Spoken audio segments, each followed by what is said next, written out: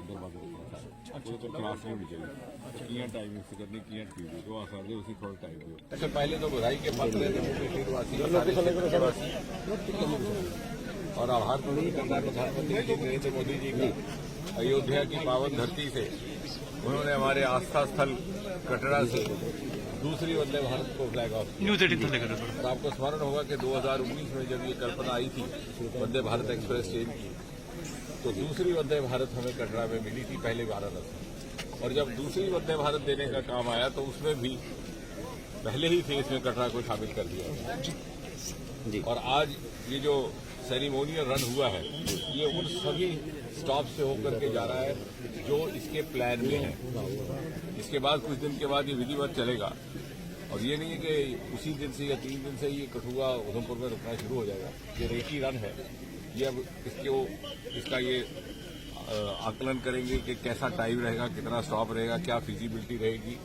लुधियाना से आगे इनकी स्पीड की कोई लिमिट है उसको भी शायद बढ़ा करके 130 किलोमीटर पर आवर किया जाएगा फिर और ज्यादा सुविधा हो जाएगी। तो क्योंकि कुल मिलाकर के ये निर्धारित किया गया है कि जो सफर का अवधि काल है वो 8 घंटे से ज्यादा नहीं होना चाहिए। उसी के भीतर कैसे कठुआ भी आए, उसी के भीतर कैसे उधमपुर भी आए। तो ये जितने प्लान्ड स्टेशन हैं हमें खुशी है कम से कम इनको प्लानिंग में रखा गया उसमें से आज ये रन हुआ है।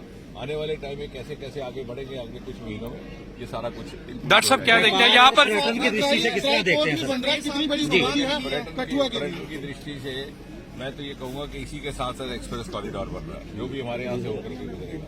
तो हमारे पास 3 विकल्प आ गए वंदे भारत सुबह, वंदे भारत शाम और जब भी दिल करे तो गाड़ी उठा करके इंडियन एक्सप्रेस कॉरिडोर। और इससे एक इकोसिस्टम तैयार किया है मोदी जी ने जिससे व्यापार में भी वृद्धि हो रही है, विकास में भी, रेवेन्यू में भी, ease of living, ease of travel, ease of business. उसका सबसे बड़ा प्रमाण ये है कि इस साल वैष्णो देवी में कीर्तिमान कायम होने वाला है। ये साल खत्म हो रहा है आज की डेट में 30 दिसंबर तक लगभग 96 लाख श्रद्धालु इस वर्ष आए और कश्मीर घाटी में 2 करोड़ पर्यटक पहुंचे। तो ये सभी संभव हुआ कि आवाजाही बढ़ गई और इसी चुनावी क्षेत्र में अगर आगे चले जाए आप तो आने वाले समय शायद एक और वंदे भारत की भी कल्पना है जो उधमपुर से बरहाल की तरफ जाएगी और साथ ही साथ connectivity by road national highway जो खिलैनी से खुद महादेव जाएगा इतफाक से मेरा पुश्तैनी गांव भी उसी के पीछे से आता है। तो वो ऐसे ऐसे क्षेत्र हैं जहां लोगों ने कभी मोटर गाड़ी और आने वाले समय में और ज्यादा होगा क्योंकि हमने कुछ एक बंदिशें रखी थी यातायात की बंदिशें, कनेक्टिविटी की बंदिशें, मानसिकता की बंदिशें, अपने आप को बांध के रखा था अनावश्यक बंधनों में। मोदी जी ने हमें एक नई कार्यशैली, एक नई कार्य संस्कृति अपनाने का भी एक प्रेरणा दी। डॉक्टर साहब विकास पुरुष कहा जाता है आपको और विकास पुरुष का दर्जा दिया गया है तो किस तरह से शहर वासियों की भी उम्मीदों पे आने वाले दिनों में खरे उतरेंगे? वो तो खैर सुधारता है लेकिन देखिए आज आने वाले समय में सार्वजनिक जीवन में क्या अर्थ रहेगा। मैं युवा अपने साथियों को भी कहता हूँ हर काम पूरा हो नहीं सकता, हो जाएगा तो 4 नए काम होंगे तो फिर नहीं तो जीवन के साथ राजनीति कैसे चलेगी। लेकिन जो मोदी जी के साथ रह के सीखना है कि हमारी तरफ से ईमानदारी में कोई कमी नहीं, संकल्प में कोई कमी नहीं, समर्पण में कोई कमी नहीं।